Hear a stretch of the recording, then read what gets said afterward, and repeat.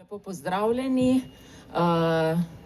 na pogovoru o knjigah, na pogovoru o prevedenih knjigah, je treba poudariti.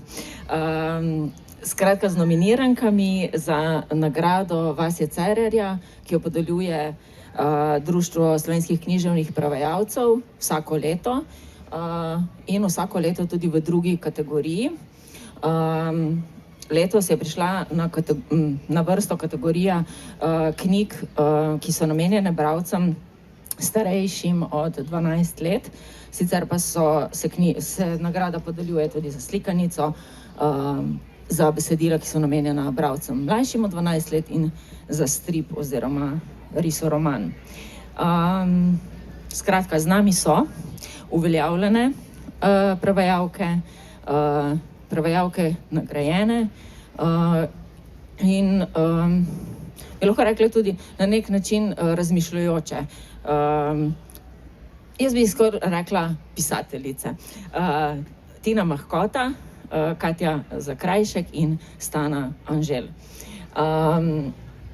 Tako, začela bom, preden se bomo potopili v nominirane prevode, bom začela z splošnim vprašanjem. In sicer me zanima, ker so tako kot, skratka, za njimi je res ena kilometrina prevajalska in me zanima, a je z to kilometrino kaj lažje prevajati, toliko da prebijemo let. No, pa ga bom jaz. Ja, lep pozdrav. Ne, odgovor je ne, ni lažje prevajati. Mogoče ravno nasprotno, vsaj kar mene osebno zadeva, no. Človek z leti postane bolj kritičen do sebe, do drugih. Ne vem, to je delo, ki je absolutno, nikoli ni enako, nič se ne ponavlja, ne rutinsko.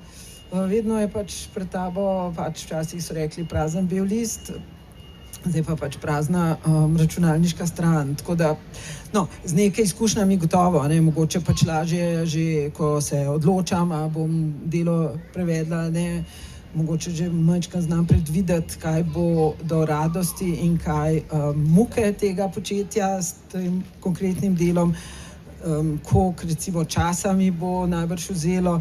Tako da, ja, gotovo, ne, se pač na nekaj človek lahko sklicuje, na neke izkušnje, ampak ja, se pa dejansko, no, vedno počutiš pred novim izzivom in začetnik.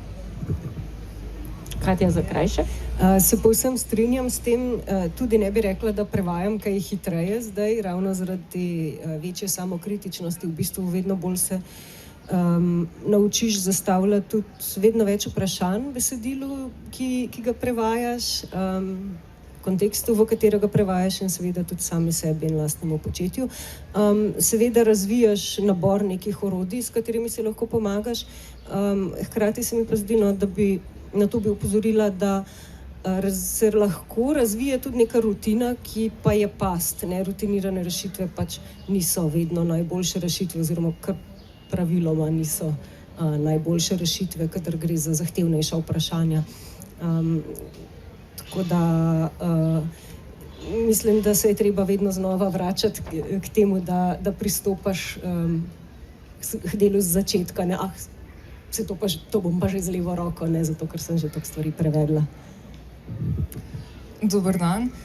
Mogoče lažje v tem smislu, ker imam širšo sliko, se spomnim, ko sem prvi prevod oddajala, kako mi je bilo težko oddati, ker nisem vedela, koliko bom še lahko popravljala, tako da zdaj vem, s kakšnimi urednicami sodelujem, kakšen je proces, kakšne so tuje založbe, ogled tujih založb, koliko bomo prilagajali slovenskemu bralcu in tako naprej, ker sem pa jaz vmes zamenjala jezik, namesto nemščine sem začela potem nizozemščino, pa je v bistvu še dovolj te pestrosti, kar se tiče samega razmišljanja, ker se jezika različno obnašata pri prevajanju. Ja, to je tudi mene prešinilo zdaj med vašimi odgovori, da mogoče ravno taka varovalka, ne, pred to rutino menjava jezika. Ne. Vse prevajate iz več jezikov in da je mogoče to neka vseeno, ja, tako te malo deautomatizira, ne, pri prevajanju. Ampak zdaj pa moramo seveda se še dotakniti specifike prevajanja za mladino, da ne rečem otroke. To je gotovo eno posebno področje, ki ima neke svoje zahteve in me zanima, ali rade prevajate dela, ki so namenjena, seveda zdaj to je nepaležno vprašanje, ampak mogoče če drugače rečem, vam je izziv, no, tako. Ja, torej, bom malo posegla v osebno zgodovino in preteklost. Pravzaprav so bili moji prevajalski začetki, kar zadeva literarno prevajanje, povezani z dvojim, in sicer z prevajanjem za otroke in za mladino, in to celo iz nemščine. In pa, to mi je pa še posebej ljubo in bi rada povedala, z osebo in osebnostjo Vasja Cerarja, po katerem se imenuje tudi ta nagrada. Vasja Cerar je bil izjemno luciden, razgledan, duhovit, darežljiv človek, urednik na Mladinski knjigi in je pač nekako me vzel skoraj malo v uk ali kako in rekel, da je ti kaj prevedla. Pa to nekaj sem že prej prevajala bolj stvarne literature in potem sem pravzaprav nekako začela z mladinskimi deli proznimi. Potem sem pa ves čas nekako vzporedno s pač recimo to neko zahtevno prozo za odrasle in predvsem dramatiko, ker prevajam zelo veliko za gledališče, izredno rada razumela vedno tako kot en poseben priboljšek, dragulj, da lahko delam še stvari za otroke. Se pravi, predvsem slikanice, ki so kratke, ki me zelo navdihnejo že samo ilustracijo s tem, kako so strani postavljene, skratka, strašno rada to tudi delam. Je pač seveda specifika, ne, tukaj verjetno je bolj pomembno, da je naslovnik, se pravi ciljni bralec v ospredju, a ne, jasno seveda prilagajamo imena, lastna imena, kraje in tako naprej, a ne, česar pač v recimo literaturi za odrasle ne počnemo. No, hkrati pa sem nekako tudi spremljala in to je bila pravzaprav, se mi zdi, tudi Vasjeva resnično velika zasluga in dediščina, da je vpeljal v Slovenijo te tako imenovane bolj zahtevne teme, poleg klasike, poleg seveda briljantnega kanona mladinske književnosti, večnih knjig, te, kar je zdaj postalo zelo, mogoče celo preveč komercialno, se mi tudi zdi, a ne, te neke problemske knjige, večnaslovniške, a ne, kjer se mi zdi, da počasih, ne, to je zdaj malo moj kritičnega razmišljanja, ker ste rekli, a ne, da smo tudi kritični, da pa to spet postaje potem lahko včasih tudi malo preveč nekako neka znamka, neka nalepka za pač konec koncev nek komercialni uspeh. Ampak kot rečeno, ne, nikoli nisem podcenjevala nic daleč od tega, ne, včasih je slikanico, ki je mogoče, ne vem, 5 strani, a ne, besedila, več dela, večkrat preberem, se pogovarjam z uredniki, z lektorjem, kako bi še kaj drugače napravila. Zelo navdihujoče, večinoma iskrivo, duhovito in podobno, no, tudi velja za to prozo, a ne, za te knjige, ki smo jih zdaj tukaj mi prišle predstavljati. Tako da, zelo rada to počnem. Ja, se strinjam in mislim, da je zdaj res, da imamo srečo, da je veliko res kvalitetne mladinske in otroške literature in da imamo pač to srečo, da prevajamo ta segment mladinske in otroške literature. In je to res užitek. Jaz sama na neki ravni v bistvu ne ločujem zelo med prevajanjem pač za otroke ali odrasle v tem smislu, da se v bistvu se, tako kot si že rekla, Tina, lotevam stvari z enako pač nimam nekih podcenjujočih pričakovanj, pristopam k tekstu, pričakujem od njega, da bo odličen. želim tudi pač to svoje bralsko navdušenje. Res sem imela srečo, da doslej s temi knjigami podeliti, pač s tem okužiti tudi bralke in bralce, in to je pač nekaj, kar si želiš, ne glede na to, za katero ciljno publiko prevajaš. Seveda pri tem razmišljaš potem specifično o bralkah, bralcih, in pri tem je seveda uredniški proces tudi zelo pomemben, ne, ker ugotavljam, da včasih sama mogoče ne znam čisto ceniti, predvsem potem pri pisanju kakšnega spremnega besedila, ne, kje postaviti, kaj pričakuješ od svojega občinstva, ki ga seveda nikakor ne smeš podcenjevati, ne. Preceniti pa preveč, pa mogoče tudi ne. Čisto osebno mi pa to predstavlja tudi en tak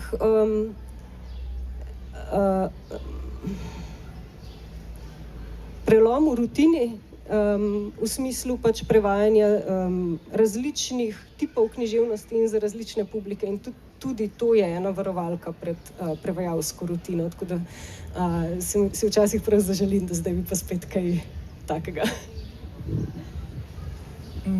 Jaz sem pa prav z oddelka z prevajalstva in nam je bilo že nekako namignjeno, da bo verjetno dobro začeti z otroško in mladinsko literaturo. To se je tudi spontano zgodilo in potem so naročila sledila. Sama nisem imela tako začrtane poti. Tudi je res, da ima Nizozemska močno otroško in mladinsko književnost in kakor vem, vse 3 aktivne prevajalke prevajamo tudi za otroke in mladino. In nekako je spet bolj knjige najdejo mene in naročila prihajajo, da dobivam knjige, ki so jezikovno kreativne in duhovite. In nekako se je tudi izkazalo, da mi to leži. Čeprav si sama recimo verjetno ne bi upala tega prevajati, ker z leti tudi opažam, da se od določenih stvari seveda tudi oddaljuješ, recimo od slenga. No, zdaj smo tako skrivnostno začele od daleč in zdaj se približujemo tem nominiranim knjigam. In sicer takole, mogoče da jih še dvignem, no. Tina Mahkota je prevedla Jasona Reynoldsa Poglej na obe strani, to je kratkoprozna zbirka iz angleščine. Potem imamo še eno iz angleščine, Pesnico X, ki pa ni kulturno, ne, čist umeščena v angleški prostor, Elizabeth Acevedo. In potem 2, kot smo rekli, iz flamščine, ne, ali nizozemščine, ja, tako, knjigi zelo raznoliki. Stana Anžel je prevala Cunami v glavi, Erika Woutersa, tako, in Odpor Vilme Geldof. To so zelo raznolike knjige, tako žanrsko raznolike in mislim, da tudi prevajalsko, ponujale so prevajalske različne izzive. Poglej na obe strani je skratka roman, lahko bi ga skoraj rekli, v kratkih zgodbah, ne. So zgodbe sicer vsaka deluje samostojno in kot ločena enota, ampak vendarle se pa tudi povezuje.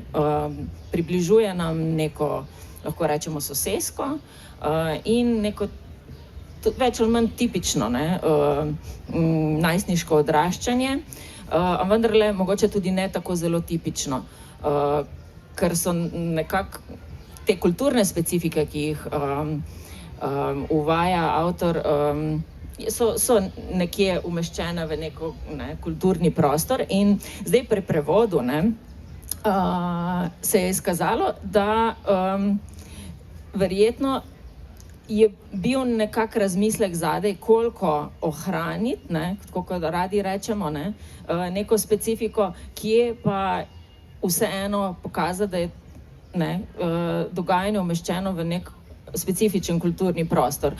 Omenili ste že imena, ne, to je vseeno zdaj knjiga, ki je namenjena najstnikom oziroma bralcem nad 12 let in tukaj recimo imen ne podomačujemo, ne, ampak kakšne stvari se pa tu pa tam se mi zdi zazankajo tudi v čist slovenski prostor, kjer se je ponudila priložnost in me zanima, kako tehtate, kdaj na primer kakšno Pujso Pepo uvesti v prevod. Ja, zdaj pa je bilo zelo veliko istočnic. Naj vdihnem. Torej, ja, ta knjiga je zelo posebna, ker pravzaprav ne bi se povsem strinjala, no, da vsaka od teh zgodb oziroma poglavja, podnaslov knjige je pripoved v 10 ulicah, da deluje samostojno. Ja, če pač bi zdaj prebrali samo 3. ali pa 5., je pač to neka vinjeta, nekega trenutka, nekih likov, ampak seveda srž in globina in zame čar in tudi mik te knjige je pa ravno v tem, da je tako izredno spretno sestavljeno ta neka tapiserija, ki jo sprva mogoče, se mi zdi tako uvod v to knjigo, kar terja morda malo izkušenega ali pa malo bralko, ki bo potrpel malo, da mu se ni takoj jasno, ker se spolagoma z vsako novo ulico, z vsako novo stranjo, naslov je seveda večpomenski, predvsem kot v prvem pomenu pač prečkanje ulice, poglej na obe strani, seveda pa, če boste pogledali na to, kako je knjiga oblikovana, je pa oblikovalec tudi zelo lepo zaznal to metaforičnost, in je tam v naslovu tam mogoče malo prikrita, ker nas knjiga nagovarja in spodbuja, da pogledamo na življenje ljudi, odnose z več strani. Torej, Jason Reynolds je mojster jezika, jaz sem ga spoznala šele, ko sem pač dobila ponudbo, prošnjo, če bi to knjigo prevedla, nisem vedela ničesar o njem. To je severnoameriški avtor, ki je tudi reper, pesnik, predvsem je začel, prihaja iz dokaj pač deprivilegiranega okolja, je temnopolt in njegovi prvotni navdihi so bili predvsem reperji in tudi sam začel pisati, nastopati. Potem je seveda ta svoj talent rokovanja z jezikom prelil v pisanje in je zdaj eden verjetno najbolj znanih, prepoznavnih, nagrajevanih tudi avtorjev ameriških, je tudi ambasador branja, izredno glasen aktivist za pravice manjšin, rasnih, istospolnih in tako dalje, spoštovanje človekovih pravic. Skratka, vse to je, hvala Bogu, zato je pa to dobra in kvalitetna knjiga, nekako vtkano in vpleteno tudi v to knjigo, ker gre za neko četrt stanovanjsko, odkudar otroci, tam 12-13-letniki verjetno hodijo na isto šolo, so zelo različnih rasnih, etničnih ozadij, predvsem ni v tej soseski veliko denarja. Skratka, vse to, če se zdaj vrnem pa na ta sklepni del, vašega vprašanja, kako to potem komunicira z bralcem, z bralko v Sloveniji. Mislim, da moramo vedno biti, ko si že ti tudi prej omenila, do bralcev spoštljivi, da jih ne podcenjujemo, tudi če gre za kakšne zdaj vrzeli, ki mogoče na prvi pogled, mogoče pa bo kaj tujega, bo morda to delovalo kot nek tujek, ampak zato pa pravzaprav ljudje berejo književnost, prevodno književnost. Jaz se zelo odmikam od tega, da mi kot neki pač presnavljamo in nekako kanibaliziramo literaturo, da pač in poskušamo ustvarjati vtis, vse je pa samo tukaj, na našem domačem dvorišču, ali kaj se dogaja. Imam srečo, da pač seveda ta knjiga ne govori, ni postavljena, ne izhaja iz neke kulture, ki bi bila zelo oddaljena, to je pač severnoameriška kultura, mularija, skejta, posluša glasbo, rap, si vleče mačke iz nosu, in tako naprej. Tako da je seveda teh nekih občih mest ogromno. Zdaj, pri tej posebej jezikovni podobi in te, pač seveda se govorimo o literaturi, značilnosti te knjige, je pa res to, in to mi je bilo pa zelo ljubo, zelo navdihujoče, da je on izredno močen v besednih igrah, v zvočnosti, v igranju s pomeni in tako naprej. In ja, seveda, sem pač najbrž se mora na kakšnem mestu tudi kaj izmisliti oziroma najti neko ta kompenzacijo, ampak recimo zdaj te Pujse Pepe se pravzaprav niti ne spomnim, ampak nimam zdaj toliko slabe vesti. Okay. Ja, to je zdaj, ko se norca dela iz profesorce, ne. Ampak ne, recimo, no tukaj recimo, ne vem, kaj je bilo, ne spomnim se zdaj, kaj je bilo v izvirniku, ampak recimo Pujso Pepo sem si tukaj lahko dovolila, ne bi mogla pa dati Martina Krpana, no to hočem reči, ne. Smo v Ameriki, ulice so, ne vem, Barstonova, ne vem, Marstonova avenija in tako naprej, superge Nike nosijo, ne. To pa recimo, ne, bi pa po mojem zelo zmotilo, ne, bi pač zdaj nekako nasilno neki mi to našili in ponašali, pač, a ne, Peppa the Pig je pa čist povsod, a ne, bil pač v tem zahodnem svetu nek globalni fenomen, no, tako da, ja, tako, če sem uspela kaj povedati, pa ne vem.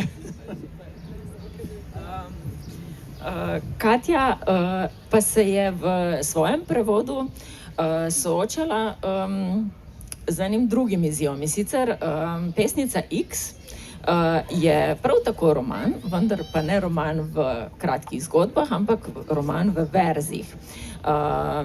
Lahko rečemo, da je domala vsaka pesem svoje poglavje, ampak neka sorodnost pa gotovo je, da je to prav tako prevod iz angleščine in prav tako prevod, ki je zelo občutljiv, lahko rečemo kulturno občutljiv, socialno občutljiv do nekih tem, odraščanja v neki,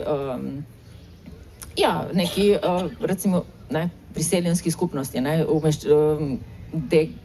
Xiomara, ne, odrašča v Harlemu, je dominikanski družini in ja, se pripravlja na Birmo, ampak ne samo na Birmo, a ne. In preden greva čisto na vsebinski del, me zanima, kaj pomeni prevajati poezijo in v takem obsegu tudi poezijo, ne? Poezija, ki je hkrati pripoved, ne? Ja, ker v bistvu se iz pesmi, ki jih v romanu piše Xiomara, ne, ona pač piše nek pesniški dnevnik v romanu in te pesmi se skupaj z nekaj njenimi šolskimi spisi in zapiski za te šolske spise sestavijo v njeno zgodbo, ne, tako malo samo nanašalno je vse skupaj. In potem morava še nadgraditi, da potem pa se še ne samo v zgodbo, ampak celo v rap, ne, tudi, ki je že bil omenjen, ne, v slam poezijo, ne. V slam poezijo, ja. To imata tudi najina avtorica in avtor skupnega, da izhajata v bistvu iz zelo močne navezanosti na vers v bistvu v osnovi, ne. Elizabeth seveda dejansko izhaja iz slam scene in je to tudi tisto izhodišče, ki je omogočilo, ne, tako prepričljivo ta roman tudi izvesti. In zdaj seveda tukaj gre za to, da vsaka pesem v bistvu deluje sama zase, hkrati je del ene pripovedi, ki se počasi izrisuje.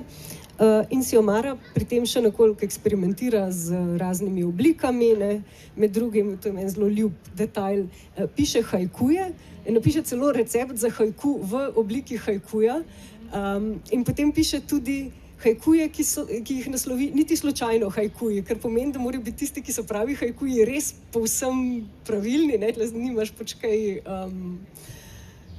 eksperimentirati 5-7-5, tako kot je napisala, ne, in ni pač manevrskega prostora, tisti niti slučajno hajkuji pa seveda morajo biti narobe, ne. Tako, kakšne take formalne in s tem se je seveda blazno luštno igrati. Teme, ki jih nagovarja roman, so pa vendarle resne in tehtne, ne. Vprašanja odraščanja, neke razpetosti med družinskim okoljem, ne, neke pač priseljenske manjšinske družine in širšim okoljem. In se zdi recimo zelo zanimivo in sem se o tem tudi prevodno spraševala, ne, vedno pač iščeš neke vzporednice tudi v ciljnem kontekstu, ne, kdo bi bil recimo pri nas v Xiomarinom položaju. In potem razmišljaš, nekako ta priseljenska družina, pri kateri zelo pomembno vlogo igra tudi neka manjšinska religija, ne, in ta manjšinska religija v romanu je pač katolicizem, ki je povezan tudi z neko zelo patriarhalno logiko, ki vlada v tej družini. Ne. In to se mi je zdel tak zanimiv potitven moment tudi za prenesti sem, ne. Neko tako obratno Nekaj, kar nam je zrcaljenje. tako domače, ne? Ker seveda, ko jaz podam ta opis, bi verjetno tukaj najprej pomislili, da kakšen islam, ne vem. Ne. In zdaj ta Siomarina v bistvu lasanja z lastno vero, z pač kulturo svojih staršev in tako naprej. Ne, se mi zdi, da se ravno zaradi tega tudi zelo zanimivo zrcalijo tukaj. Hkrati seveda to pomeni, da kakšnega silnega podomačevanja ne, v ciljni kontekst si niti ne moreš privoščiti, ampak moraš računati na to, da bojo bralke in bralci pač ujeli, kaj je vzporednega, ujeli, kaj je kontrastnega na zanimive načine. Ne. Siomara živi med dvema jezikoma, ki sta oba vpisana v roman, večinsko angleščino in pa pač španščino, ki jo ima v družini pač kot neko družinsko dediščino in ki se vpisuje tudi v njena besedila, v dialoge z njeno mamo predvsem. In ena cela pesem je tudi spisana v španščini. In je potem Siomara v romanu si tudi prevede, skratka dvojezično jo zapiše v svoj zvezek. Ne. Tako da tukaj recimo se mi je zdel primer, spet na srečo gre le za Severno Ameriko, kjer se saj zavedamo, da ti jeziki so, ne, neko prisotno španščino imamo tudi v glavi. Ne. In tudi če španščine ne razumemo, dejansko je roman napisan tako, da ti ni treba španščine razumeti. Ne. Da samo lahko sprejemaš pač ta soprisotni jezik, ne, kot nek moment v bistvu tudi neprosojnosti drugega mogoče. Ne računa pač na to, da boš ti aktivno bral te Zdaj je v resnici neko tudi pojasnilo, pardon za prekinitev, k temu, da se ne odločiš za recimo kakšno opombo, kakšen prevedek. Ne? Tako, mislim, da je roman tudi tako napisan, da ni premislek potrebno, zadaj, da to ni potrebno, hkrati pa seveda računaš na to, da je to le pač okolje Severne Amerike, v katerem seveda naši najstniki in najstnice nekaj vejo, ne, ni pač to je nekaj, kar nam je vse prezentno, ne zdaj, ali imamo čisto popolne predstave o tem, najbrž ne, ampak saj eno osnovno zavedanje, na katerega se seveda lahko opreš, ko prevajaš, in je to čisto drug razmislek, kot če bi bila to podobna situacija v neki družbi, o kateri pač ne vemo absolutno nič. Ja. No, zdaj imamo pa še dve knjigi, pravzaprav zelo različni knjigi, v kateri se je tudi lepo pokazalo, da je za vsakim prevodom stoji nek razmislek in neka prevajalska odločitev, že vnaprejšnja, ne? Neka strategija, kako bomo se nečesa lotili. Cunami v glavi približuje življenje Dana, ki ima motnjo avtističnega spektra in je zelo lahko rečemo, temelji na jeziku, ne, na njegovem dobesednem razumevanju nekih fraz, frazemov, jezika na splošno.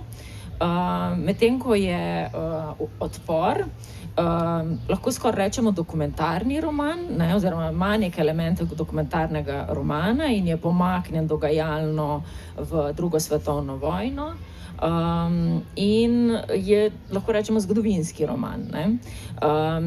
In to sta zelo različni pisavi, kjer ne moremo recimo prepoznati podpisa prevajalke, ampak prepoznamo pa podpis avtoric oziroma avtorja, ne? Vsakič. Greva k Cunamiju v glavi. Ne? Tam, to je zelo specifična govorica, lahko skoraj lahko rečemo idiolekt na nek način, ne? Ki ga tudi v nekem smislu pojasnjuje, ne? Potem Dan, ki je eden od pripovedovalcev, potem so pa še drugi pripovedovalci. In me zanima, kako je bilo, greva k tej strategiji vnaprejšnji. In ker se mi zdi, da sta oba, vsej tudi gotovo tudi prejšnja dva prevoda, ne, terjala veliko predpriprave, veliko nekega razmisleka. Pri Cunamiju sem jaz naredila kar prvo verzijo, kakor sem si zamislila najprej. In sem v tistem času poslušala tudi podcast Številke, v katerem bila gostja, ki so ji diagnosticirali motnje avtističnega spektra v odrasli dobi. In ko je tako razlagala, mi je ostalo zelo v spominu, ko je rekla, da če spoznaš enega avtista, si spoznal enega avtista. In potem se je meni posvetilo, da v bistvu, jaz sem pa namreč tukaj, ko sem naredila prvo verzijo, nisem bila prepričana, ali prav razumem, ali se on dejansko šali na svoj račun, ker dobesedno razume jezik, ali pa dejansko dobesedno razume. Potem sem si pa, potem ko sem njo slišala v podcastu, sem si upala pristopiti do avtorja, kontakt, to je njegova, on je starejši gospod in to je njegova prva knjiga v slovenščini, pa prvi prevod tudi nasploh. In potem sem ga povprašala, imela sem tudi že več možnih štartov, jaz sem mislila to celo v slovensko okolje prenesti, se pravi, že sam, pa se ni šlo seveda. In potem je avtor, na srečo je razumel mojo zagato, včasih je kar težko že v prvo povedati, ne bo šlo, priredba bo. In mi je tudi potem znal pojasnevati, avtor je pa njegov domači učitelj nemščine in francoščine. Torej, tako kot je v resnici v romanu tudi nastopa. Oba romana v bistvu temeljita na resničnih osebah, ampak oba sta romana. In potem je avtor pojasnil, kdaj bi bilo bolj verjetno, da bi se deček na svoj račun šalil, kdaj pa je dejansko zapadel v tisto paniko, ko ni razumel jezika. Zdaj pa tukaj je bil pa problem, ker je pa zelo dobro je napisano, lahko rečem. Čeprav je tako kratka poglavja, tako lapidarno in vse, ampak je zelo dobro napisano. Zelo se je posrečilo v nizozemščini in slovenščini, pa ni šlo recimo s frazemi. No, tudi v slovenščini se je zelo posrečilo. Potem šele. Ker morava poudariti, da je seveda iz tega teh nesporazumov, njegovih napačnih razumevanj izhaja humor, ne, dostikrat, ne. Ja. In je to treba loviti. Ja, in tukaj, jaz sem ga štekala, ampak tako. Z dveh kanalov, ne. Ja, ampak se mi zdelo, ne vem, če ga bi pa mladi bralci štekali. In potem je bilo tako osnovno, je rekel, da ja, lahko takrat, ko je frazem slikovit v nizozemščini, po slovenščini na podoben način, to je bilo redko. Takrat sem ga nekako skušala ohraniti. Recimo en tak primer je bil, da govorim nekaj, kar nima ne glave, ne repa. Na srečo. In potem je, on ima pa ponovadi miselne cikcake naprej in potem se je na srečo urajmalo, da ta stavek je izrečen v kontekstu, ko njegova kužka mogoče zboli in kako ima lahko govor, glavo in rep, tako kot moja psička, ne? Ker to sem pa že, ko sem malo raziskovala, recimo društvo ASPI je izdalo knjižico pričevanj in tam je ostalo spominov, ko so mladostniki pa njihovi starši govorili, da je bila težava pri pouku, da razumevanje pregovorov. Laž ima kratke noge. In to je potem pri meni se shranilo, mešaj abstraktno pa konkretno. Kadar pa se ni šlo in največkrat se te slike niso poklopile, potem pa se je avtor strinjal, da ne forsiram na tistem mestu in da kompenziram na drugem. Zdaj pa, na kakšen način pa kompenziram, in ker zgodba je vendarle zgodba in to je njegova knjiga, sem si pa rekla, da bo za okvir, bo to, kar deček doživlja v svojem okolju, to, kar ima, in ima veliko domačih živali, 3 mačke, 2 psa in še mongolske puščavske podgane je imel, in pa problemov povzročajo predlogi. In pa problemov povzroča šolska snov pri pouku tudi. In potem sem se na ta način igrala, je pa seveda res, ko sem razmišljala, meni je bilo v odrasli dobi, ko sem razmišljala o poimenovanjih notranjih organov, recimo, kaj mi je smešno pa čudno, je bila moja prva asociacija Eustahijeva cev. Tega nisem mogla uporabiti in potem sem morala iti nazaj. Vranica, slepič pa take stvari so tudi konec koncev na tej osnovnošolski ravni zanimive. No in potem je na ta način bilo, v skrajnem primeru bi mi pa avtor potem tudi dal alternativno rešitev. No, to bi bilo. Tako da to je res ustvarjalen pristop, ne, k prevajanju. In moraš pa dobiti na nek način dovoljenje, ne, v narekovajih. Jaz sem ga morala, ja, ne bi si upala. Je pa tudi, da mu nisem rešitev posamečnih razlagala, to je pa tudi res. No, to je vseeno toliko zaupanja. No, in to je en tak lep kontrast k romanu Odpor, ne, kjer pa se mi zdi bil izziv, za kakšen jezik se odločiti. Ne? Tu imamo vseeno protagonistko spet nekako podobne starosti kot v prejšnjih 2 romanih, ampak ona živi v 70-80 let nazaj. Ne?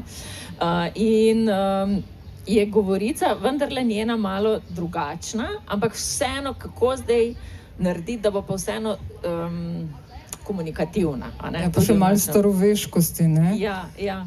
Eno je to, da nizozemščina v osnovi je dosti, se mi zdi, egalitaren jezik. Te razlike Ni niso razplastena, tako. tako. Ja. Medtem ko slovenščini, ko prevajam, pa že nekako kliče, da bo morala to plastiti.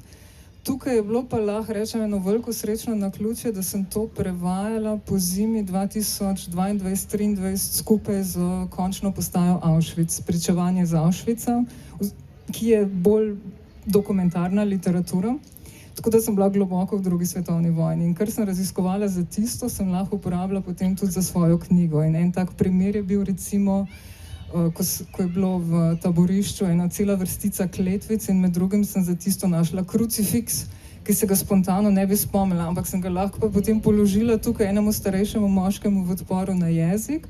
Terminologija za drugo svetovno vojno je razdelana, pa avtorica je dala opombe, pa glede žargona je bilo pa tudi zanimivo, da se je na zanimiv način, se ga ni bilo toliko, ampak se je na zanimiv način potem poklopilo. V taborišču so imeli recimo organizacijo krompirja, v odporu pa organizacijo osebnih izkaznic. In v obeh primerih so potem rekli organizatorji krompirja, ali bolje rečeno kradljivci, kaj bova počeli, organizirali bova osebne izkaznice, sunili jih bova na ta način.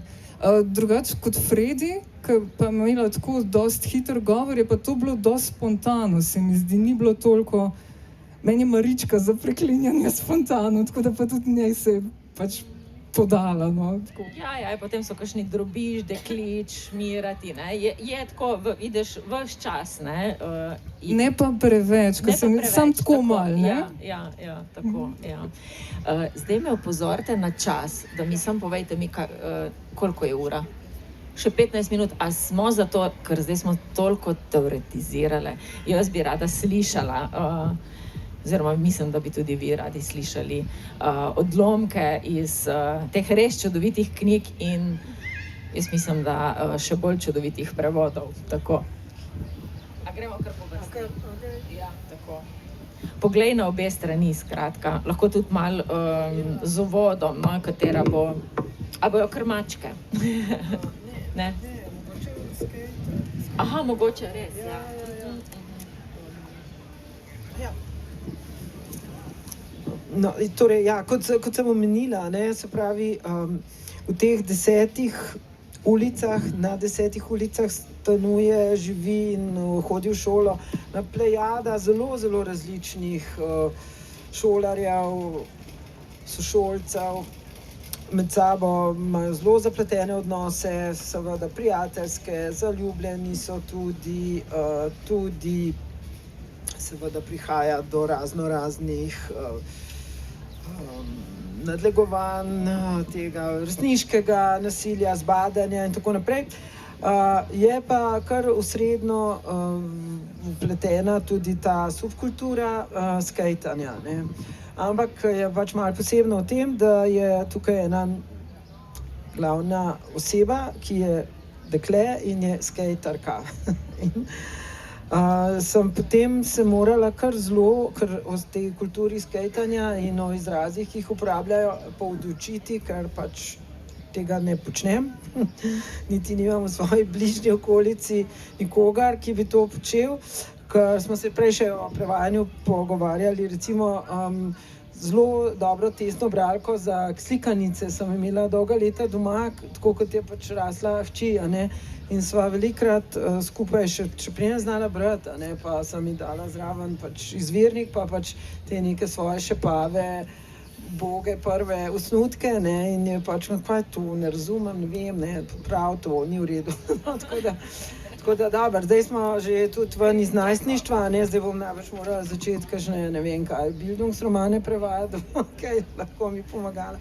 Pustimo to, v glavnem tukaj, no, pri skejtanju sem se pa potem pač malo igrala, tudi izrazi, se pustila podučiti, seveda v glavnem jasno, da uporablja mladina angleške, ne, izraze in to nima nobenega smisla, pač kdo razume, jaz ne vem, kaj je to, heel flip, pojma nimam, tako je napisal avtor, to govorijo mladi, tudi jaz sem to napisala.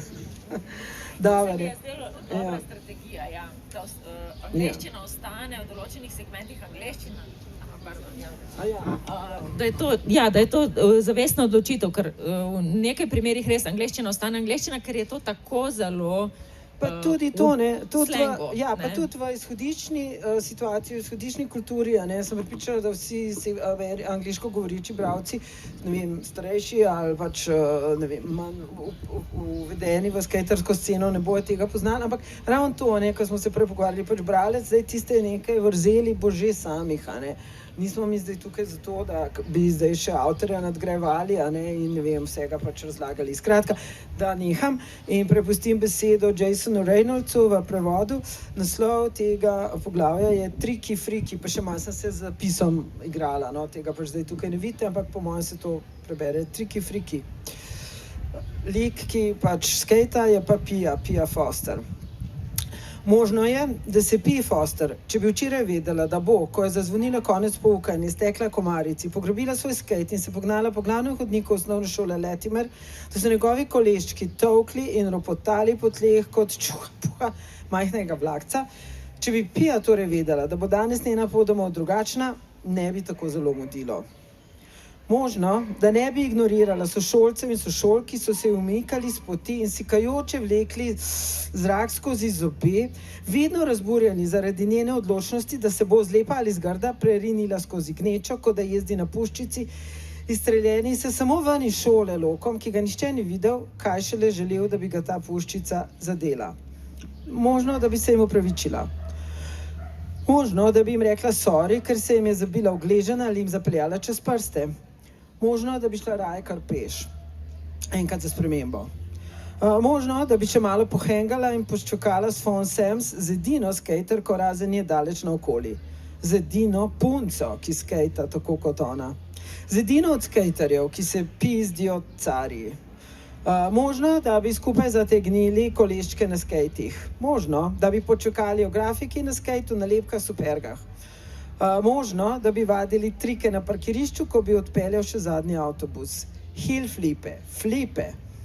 Možno, da bi gledali skejterske videe na mobijih. Tiste, na katerih Santi v obleki in nizkih platnenih supergah nabija olje. Možno, da bi Pia celo kaj povedala o njej. O Santi, o tem, kaj se je zgodilo z njo. In Fon bi jo poslušala. Možno, da Fon ne bi nič rekla, ker tako kot ona tudi Fon ne govori veliko. Poslušala pa bi jo, ja, to pa ja, ji prisluhnila. Možno, da bi Pia naredila vse to, ali pa tudi ne bi. Možno, da bi, če ne bi bila bolj tak tih tip punce. Ampak Pia je res bila taka, bolj tiha.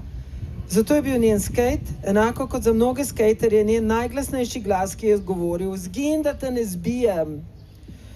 Svojemu skejtu je dala ime Triki Friki in ga sklanjala kot samostalnik ženskega spola.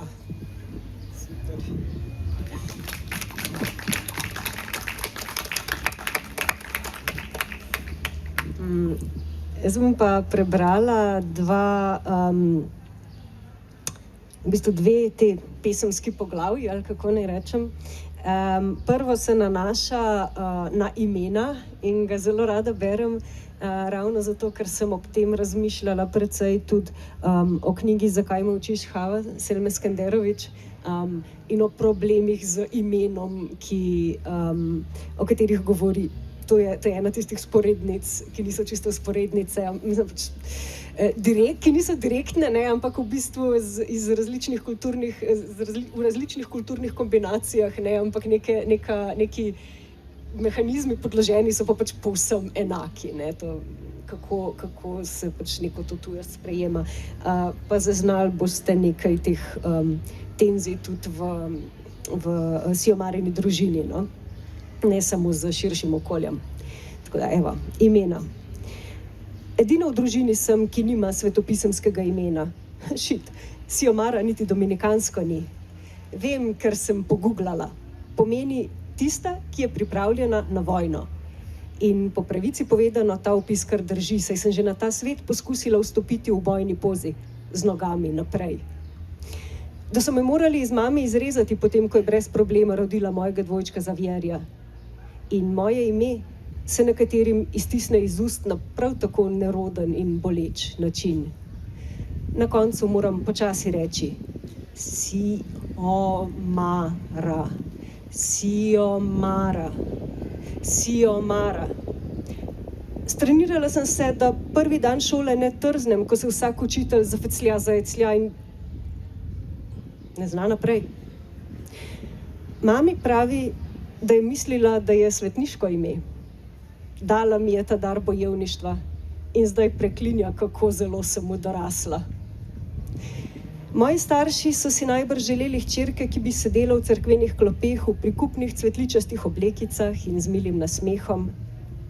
Dobili so vojaške škornje in usta, ki se molče brusijo v rezilo karibske mačete.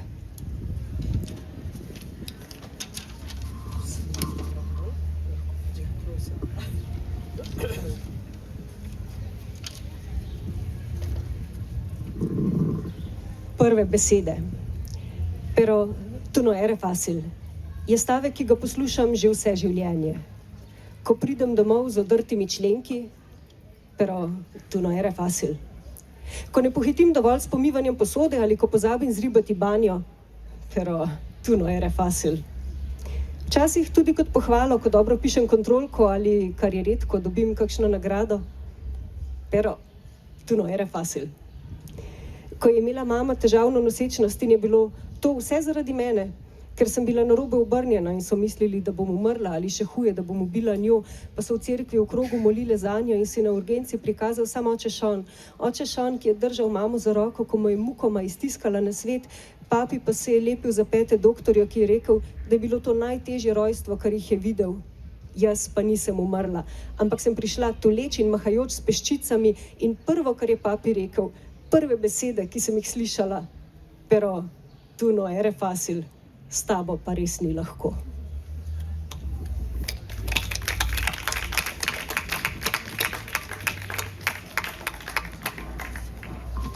Jaz sem na enem dogodku že brala z odpora, pa da bo uravnoteženo, bom tokrat iz cunamija.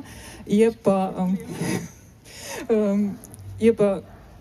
nekaj jezikovno tukaj zasukanje. Odlomek, ampak je bolj odlomek, ki prikaže, kako mu je bilo na šoli in tako.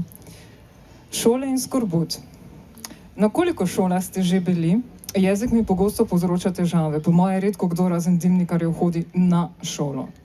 Ugibam, da ste bili na 3 ali največ 4. Mali šoli, osnovni šoli, srednji ali poklicni šoli, mogoče visoki šoli. Jaz doslej skoraj na 10. V eni mali šoli in 2 osnovnih, ko so se v višjih razredih stvari zapletle. 6. in 7. razred sta šla v redu. Imel sem razrednika, ki me je razumel, gospoda van Essa. Nekega dne je učitelj van Es pripovedoval o skorbutu. To je strašna bolezen, ki se je pojavljala predvsem na ladjah raziskovalcev.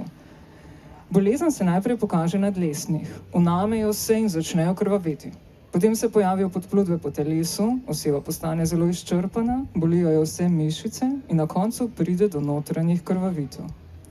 Učitelj van Es je bil odličen pripovedovalec. Zelo doživeto je opisoval, kako so mornarji na ladji Vasca da Game, ki je našel pot v Indijo, zboleli, umrli in bili pokopani v morju. Meni je bilo med njegovim pripovedovanjem čedalje bolj slabo. Šlo mi je na bruhanje, trebušni organi so me boleli in pričakovano vnele so se mi dlesni. Imel sem skorbut. Sem hipohonder. To je mimogrede v oklepajih, on komentira že.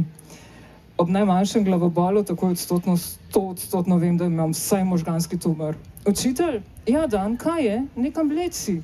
V tistem trenutku sem zdirjal na stranišče, učitelj pa za mano. Pravi čas sem se nagnil nad umivalnik. Kaj Dan, ti je slabo? Skorbut! Sem zastokal. Skorbut imam, čakaj! Učitelj je zdirjal nazaj in se takoj vrnil s pomarančo. Pojej tole, Dan. Nisem še povedal, da skorbut povzroča pomanjkanje vitamina C. Oprosti, moja napaka. To bi moral povedati takoj na začetku. Pojedel sem pomarančo in v sekundi ozdravel. Tak učitelj je bil gospod van Es. V 8. razredu so se začele težave.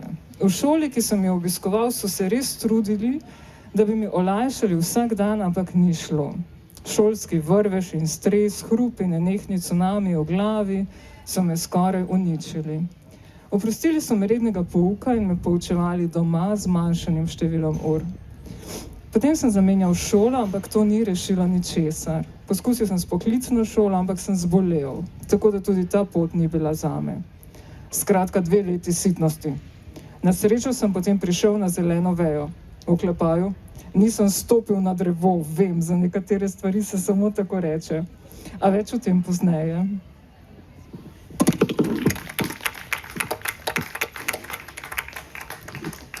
Najlepša hvala za to doživeto branje.